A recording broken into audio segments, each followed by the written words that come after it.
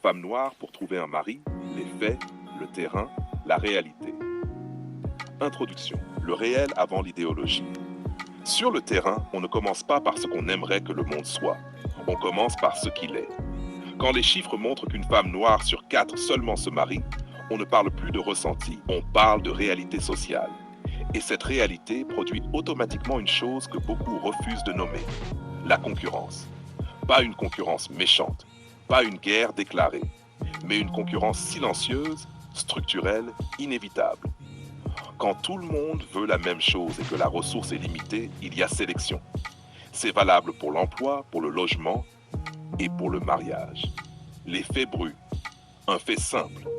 Le nombre d'hommes prêts, capables et désireux de se marier sérieusement est limité. En face, le nombre de femmes qui souhaitent le mariage est élevé. Le déséquilibre est là. Résultat, le marché matrimonial n'est pas égalitaire. Il est sélectif. Et dans ce marché, une femme de 30 ans n'est pas uniquement en concurrence avec celle de 30 ans. Elle est en concurrence avec toutes les femmes qui ciblent le même type d'homme.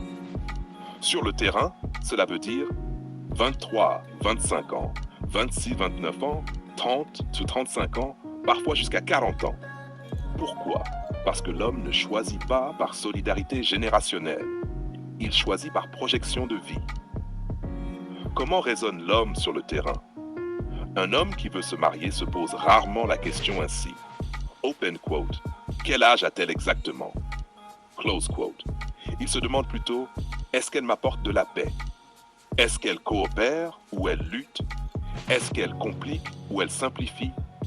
Est-ce que je me projette avec elle dans 10, 20, 30 ans? C'est pour cela qu'une femme plus jeune et disciplinée, ou une femme plus âgée mais cohérente et apaisée, peut être choisie. L'âge seul n'est ni une garantie, ni une condamnation. Mais le comportement, lui, est décisif. Exemple terrain concret. Scène réelle, vue 1000 fois. Un homme stable, discret, travailleur.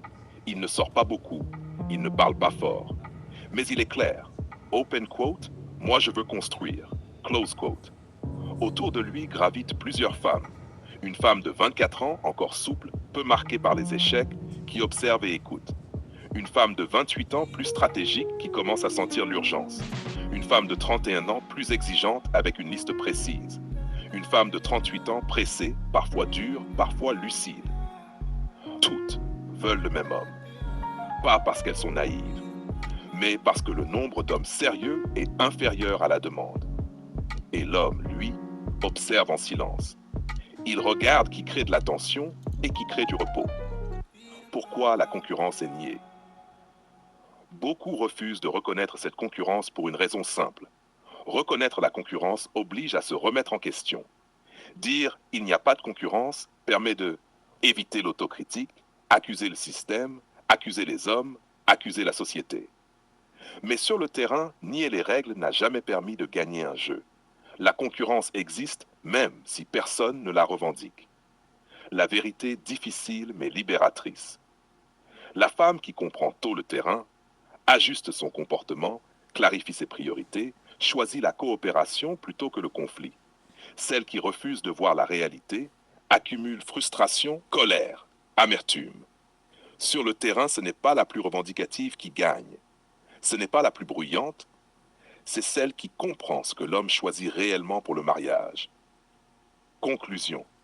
Le terrain ne ment jamais. Le terrain ne juge pas. Il sélectionne. Et dans un monde où une femme noire sur 4 se marie, comprendre la concurrence n'est pas une humiliation.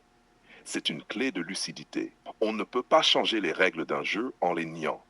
On peut seulement apprendre à y jouer intelligemment. Si tu veux